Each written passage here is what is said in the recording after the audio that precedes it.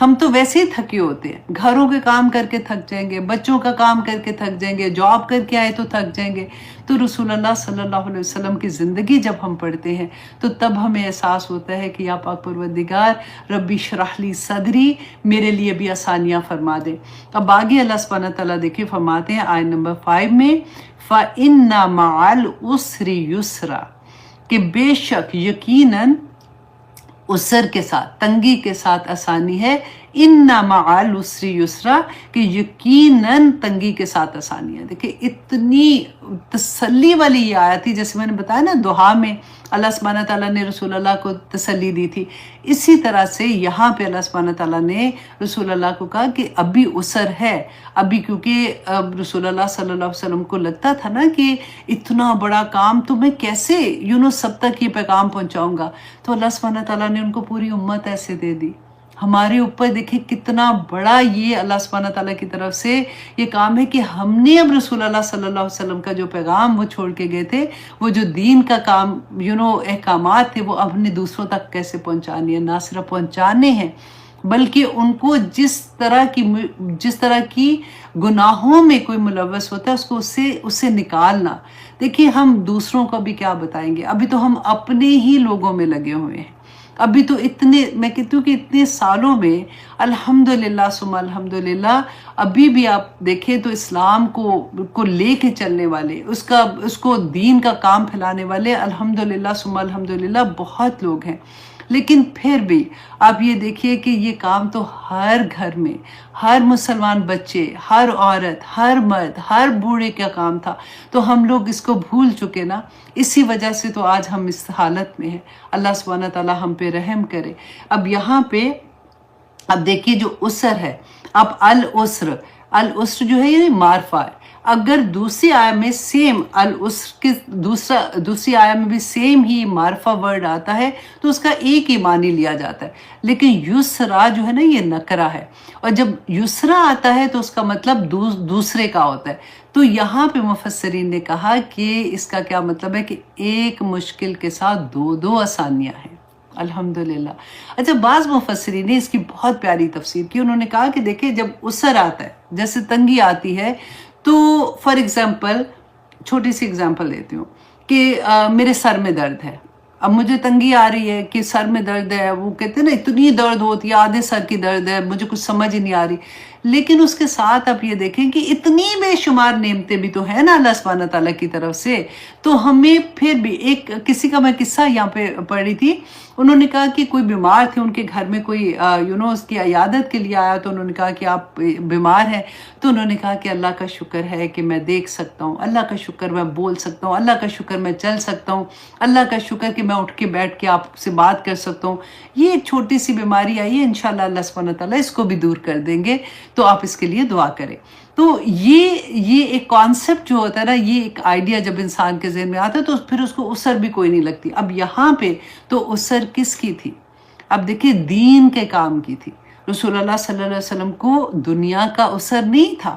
حالانکہ آپ دیکھیں کہ رسول اللہ صلی اللہ علیہ وسلم کے پاس کوئی اتنا پیسہ، کوئی ایسا کام تو نہیں تھا۔ حضرت خدیجہ رضی اللہ عنہ سے جب ان کی شادی ہوئی ہے تو ان کا مال جو رسول اللہ صلی اللہ علیہ وسلم نے پھر بزنس کیا تھا ان کا، اور جو بھی مال تھا سارے کا سارا تو اسلام کی بنیادوں میں وہ لگا تھا۔ اب یہاں پہ سارے کا سارے درد جو تھا نا، جو سینہ بھی گھٹ رہا ہے، وہ دین کی وجہ سے تھا،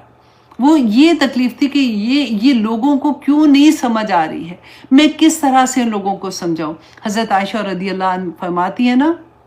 کہ رسول اللہ صلی اللہ علیہ وسلم پوری رات جب وہ کھڑے ہو کے دعائیں کرتے تھے تو قیام اتنا لمبا ہوتا تھا کہ ان کے پاؤں میں ورم آ جاتی تھی، تو وہ کہتی تھی کہ یا رسول اللہ آپ تو بخشائیں، آپ کیوں مطلب اتنی لمبا قیام کرتے ہیں اور اپنے آپ کو اتنی تکلیف میں رکھتے ہیں؟ تو رسول اللہ صلی اللہ علیہ وسلم نے کیا کہا تھا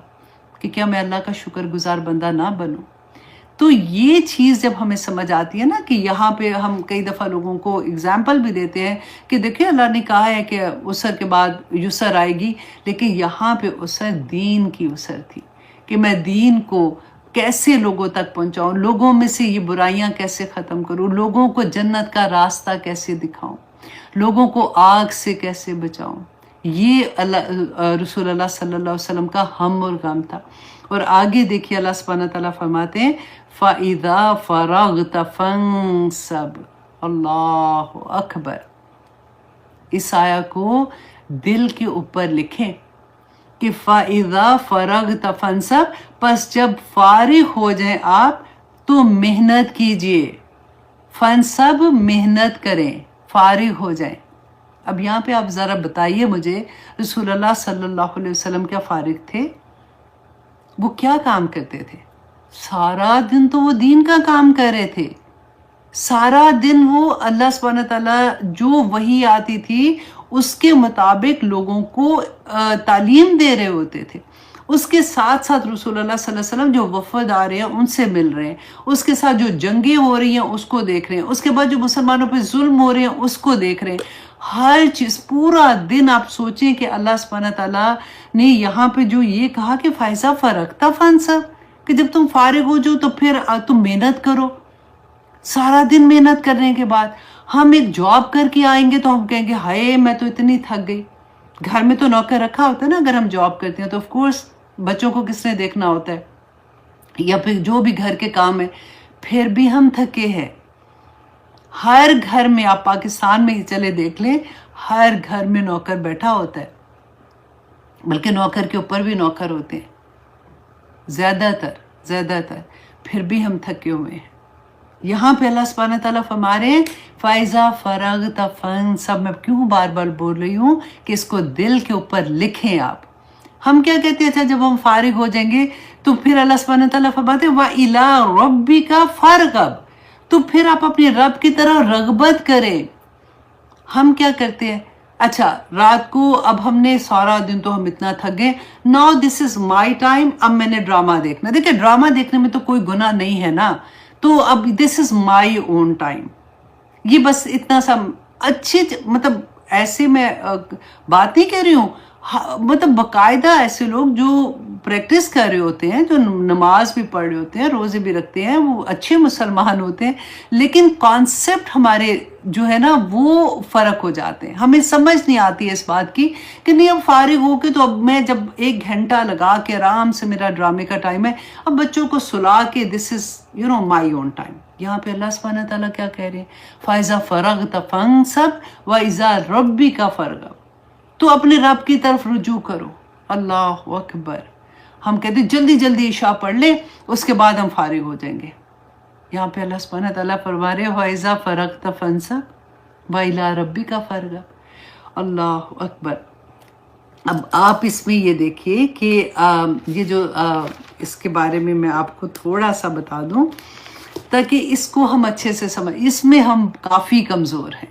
کافی کمزور ہوتے ہیں۔ ہمیں یہ لگتا ہے کہ یہ آیات جو ہے نا